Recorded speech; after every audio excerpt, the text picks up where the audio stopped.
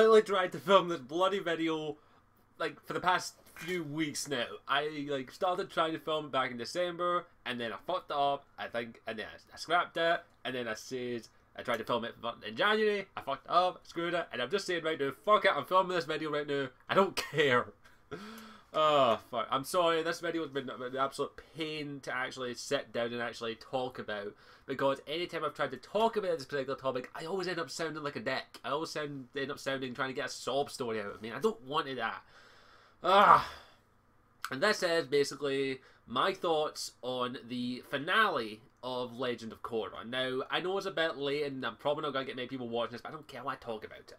And that is, of course, the finale of, in my opinion, one of the best TV series to be out in a long, one of the best TV series Nick's put out in many, many years. And that is the Avatar series, both Avatar Last Airbender and Legend of Korra. Now, I am going to possibly do something maybe later down the line where it's basically a little retrospective of my experience with the Avatar series. Because I did actually start writing a script for it, in all honesty. The first proper script I'm writing. But I wanted to talk about the finale of Korra, and of course, I will be talking about the whole Korrasami thing as well, and my opinion on it. So yeah, welcome to Warriors Non-Gaming Geeky Zone. I understand if none of my usual viewers want to watch this, because it is going to be basically nothing really that you're possibly interested in. But I feel like doing this video anyway because I want to talk about it, okay? So yeah, here we go. So firstly, as it says, I will say that I have liked the Legend of Korra series. I bought the DVDs. I have book 1 here. I have book 2 here. I have book 3 on the way from America. I actually have to import them because, yeah, waiting for them to get released in the UK. Go fuck yourself. But yeah, I love I've been watching Korra since it aired, and I also watched Avatar: The Last Airbender when it aired back in 2005 when I was 12. No wait, yeah, I'm 22 now, so when I was 12. So Avatar the series has been my show for a while. I've loved the series, and I have stated that Legend of Korra is a worthy successor to the original Avatar: The Last Airbender series. Now don't get me wrong, and here's the thing though, I hold the entirety of the Avatar series on par, if not just slightly below, Batman the Animated Series, which is one of my favourite animated TV series of all time. I actually have the entire Batman Animated Series collection right here. This was actually one of the first things I actually bought when I had my own money at one point. This is the entire run of Batman the Animated Series. So when I say I hold these on par with this, I'm saying something. So yeah, I hold those Batman on par with Avatar, and Avatar on par with Batman. Maybe Batman just edging out ever so slightly. So yeah, I love the series. So yeah, I was very hyped for the finale of Korra, which Korra got 4 seasons, which Avatar only got 3. Even though Nickelodeon dicked them around, fuck that sponge on the asshole. But yeah, I'm not here to talk about the sponge. I'm here to talk about the finale. I also loved the finale. I really did. I loved it. It felt epic. It felt badass as hell. It was nice seeing the characters that I've watched basically develop over this time. Very much in the line of Avatar: The Last Airbender. I loved very much most of the characters in Avatar. I even liked Mako to an extent. Mako. What the fuck you want to pronounce his name as? Mako. I liked Mako. I did. I like him even though he is the butt of everyone's joke when it comes to the series. I liked him. I like Chief Beifong, I like Tenzin, I like Bumi, I like Kaya, I liked all the characters. Of course, we'll talk about the Avatar team, of course. I like Korra, I like Kasami, I like Bolin, I like Mako, I like all the characters, basically. There isn't a character in the series that I didn't save it. It's very much in the same line of Avatar: The Last Airbender. There isn't a character that I didn't like, in some way, even if they were only briefly in it. But yeah, I like the finale. It was a nice build-up. It was a nice epic build-up, and I actually really like the villain of the final series, Kuvira, who's voiced by Zelda Williams, who did an excellent job as Kuvira. I really liked her. She's not an Aman or a Zahir, but I definitely liked her. She was definitely the kind of villain that I think Korra needed to fight for this season, because I definitely think Book 4 is called Balance, and I think that is basically the theme of the season, which is balance for Korra especially what happened to her in basically Season 3, or Book 3, whatever you want to call it, with her basically nearly being killed. I definitely think that was the primary focus of the season, and the finale helped emphasize that she finally achieved balance. Well, and another few things. I definitely enjoyed it, and of course the mech fight was fucking awesome. Basically the Team Avatar going up against the mech was absolutely brilliant. I loved it. Kuvira just has like this giant mech with a bloody cannon. And I'm just like, how the fuck are you going to beat that? But yeah, the way they beat it is very ingenious. I loved how they beat it. Of course, we had the return of Sami's father, which by the way was a tearjerker. I won't lie. It didn't get me tears, almost did, but it didn't. And of course, his death was very impactful, and I felt more for Asami than I did her dad. I was like, no! And but here's the thing, I knew he was going to die. Like, the moment Lin came in with him, I was like, dead. I was like, yeah, you're dead, motherfucker. We need a death in this. Someone has to die in this finale, and it's going to be you. I'm sorry. So I knew he was going to die, but it was still quite heart-wrenching to watch, especially for Asami, who is probably my favourite non-main character of the series. In fact, in my opinion, I'm pretty sure she's pretty much one of the main, pretty much maybe a bit more main. She's one of the main characters in my opinion. I have a little tier, like Korra's the main, and then there's the main, which is just like below the main, and then there's main. You get my point. Asami, I definitely feel as though Book 4 was also a bit more on Asami, but I think we focused on Asami a lot. I definitely like that.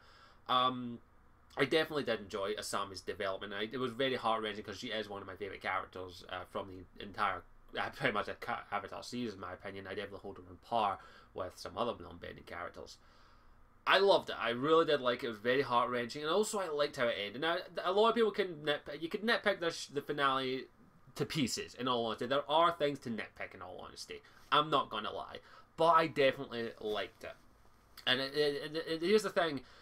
I didn't nitpick it, and I won't nitpick it because I enjoyed it that much. I enjoyed the show, and that's the thing when it comes to nitpicks.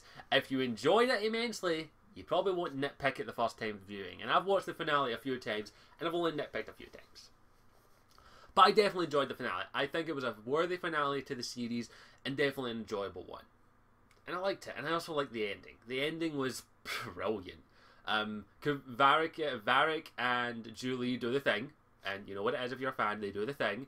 And the ending with them, I liked it. It did feel, it felt a little ham-hash they put in there, but that's the one thing I can nitpick. But at the same time, it was nice seeing a wedding at the end of the show. It was really, really cool. And of course, Bolin being, I now pronounce you man and whatever. It was kind of funny. I liked it.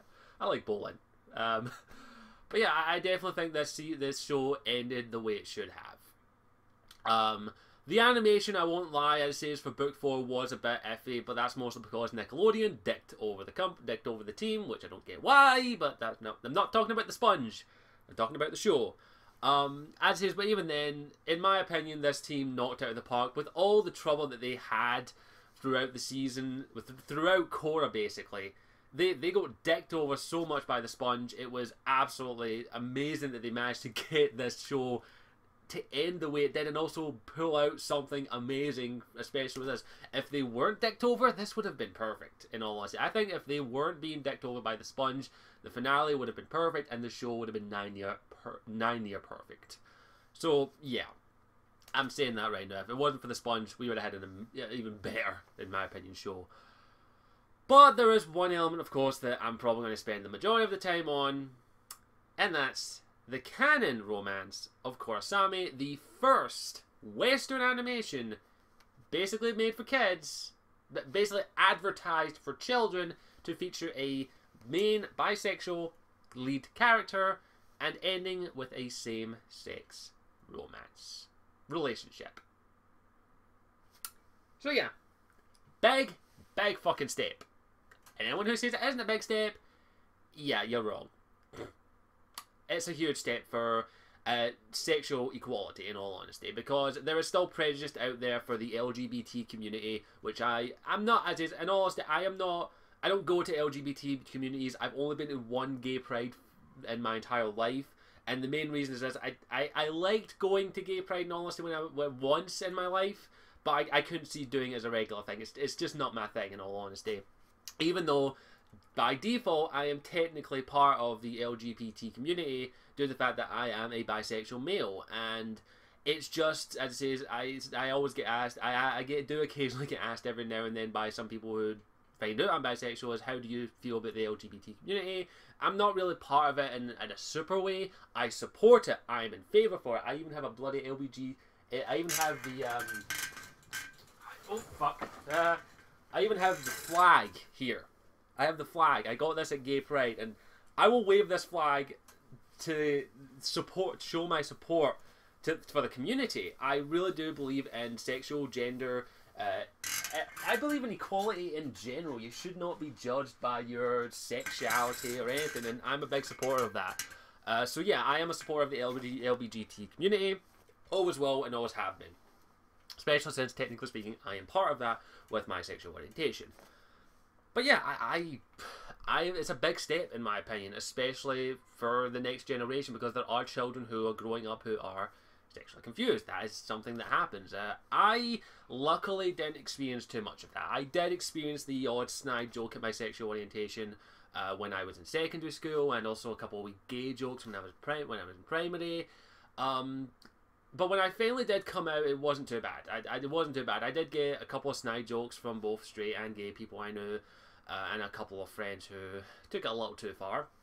But yeah, it's a big step to see that we can show these children who watched Korra, and parents can show their children that there's nothing wrong with it, in all honesty. And I'm very happy that the team of the Avatar series took the big step to actually do this. And there are people out there, of course, let's get back to the story before I go into other things. There are people out there that will point out that this is not too well built up. And I'm going to be honest, I will be brutally honest, from a storytelling point of view, the Korra and Asami relationship was not built to the best of ability. If you compare it to the other the relationship between Katara and Aang in Avatar: The Last Airbender, that one's a lot more well flushed out, because they didn't have a brick wall in front of them to beat down because it was a man and a woman. It was a straight relationship. They didn't have a brick wall in front of them when they would want to develop a Korra and Asami relationship, which they have stated that they didn't start the show off with, oh, we want to make a lesbian relationship or a same-sex relationship. It just happened, and that happens in the writing method when you're writing a character. Sometimes two characters just go together, and they stated it in the blog post. What's his name again? I actually need to get their names. I do apologise. I'm horrible when it comes to names, and yes, I have this.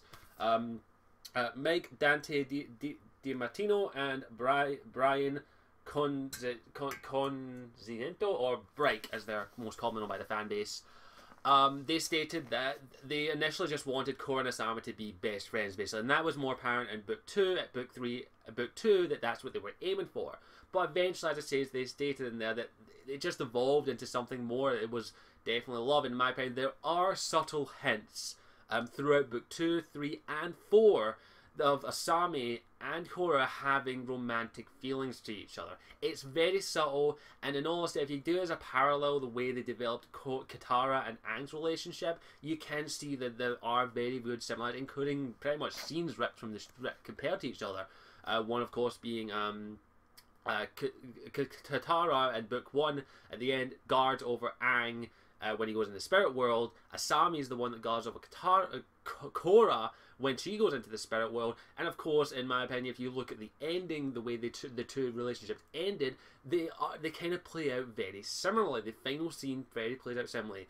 Aang and Katara comfort each other. Korra and Asami comfort each other. They hold hands, both of them, and they look lovingly into each other's eyes. The only difference is Aang and Katara kissed, Korra and Asami did not. And there is a reason for that. There is no damn way that these big guys right here, Nickelodeon, were going to allow it. And that is the main reason for that is, of course, it's technically classified as a kids show. There was no way the Sponge was going to let this happen. There was you can tell that the creators wanted to develop their relationship more, but they were restricted due to, of course, a little bit of prejudice when it comes to think of the children. Which, by the way, if you use that defense, you're an idiot. Children are smarter than you think. And dumb as well, but even my little sister understands this. And she's 11.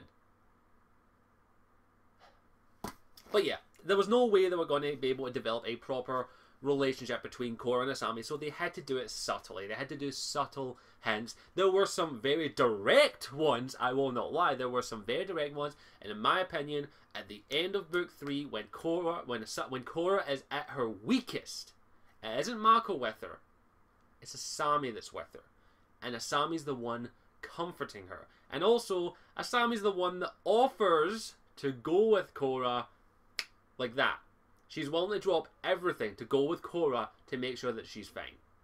Korra refuses, of course, because she's broken, she's weak, and I've been in a situation where I felt broken and weak, and I don't want anyone around me.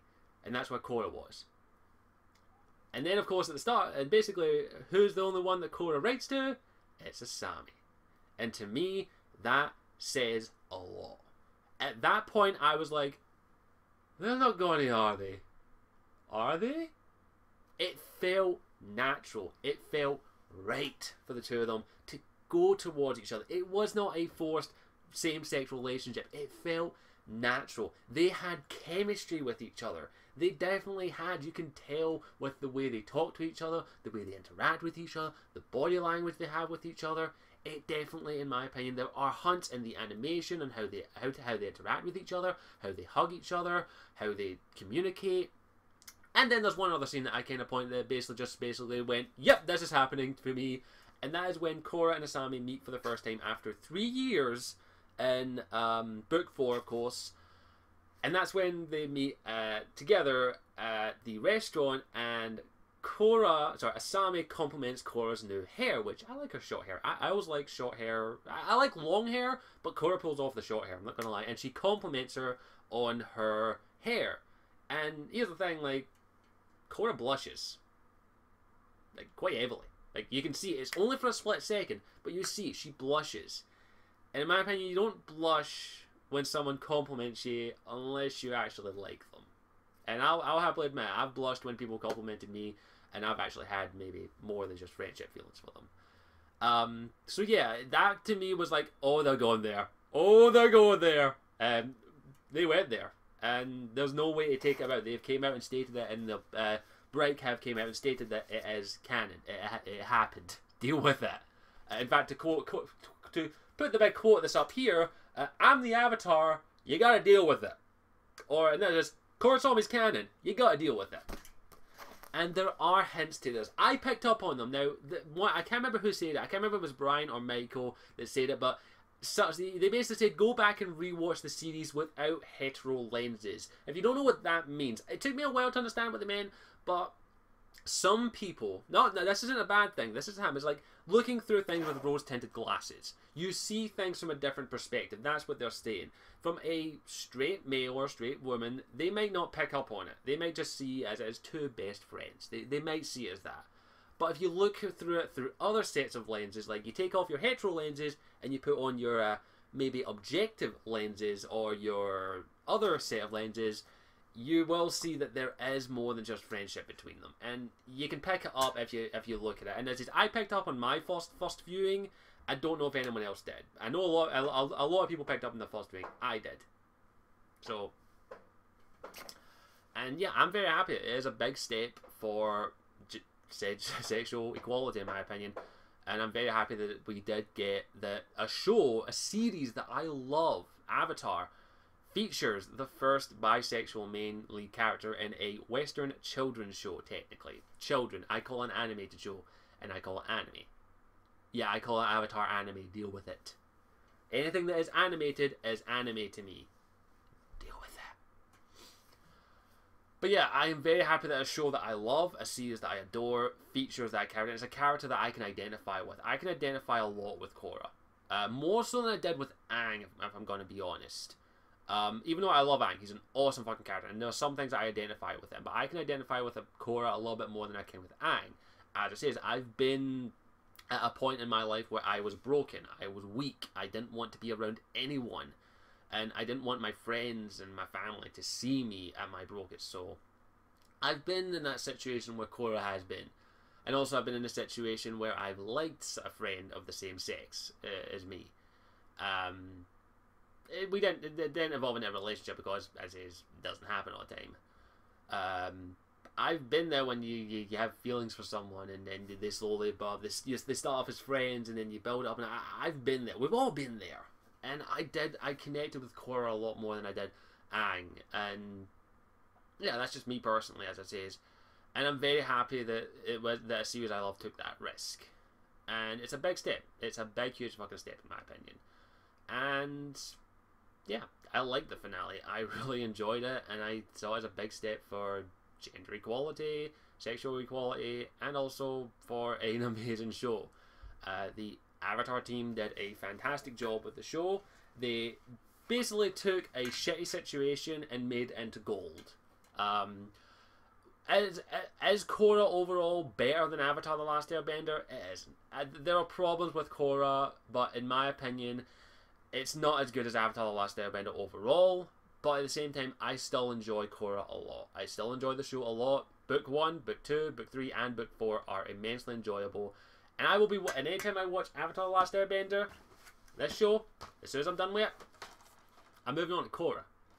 In my opinion, these shows are continuous. This is what I do. I will watch these back to back each time.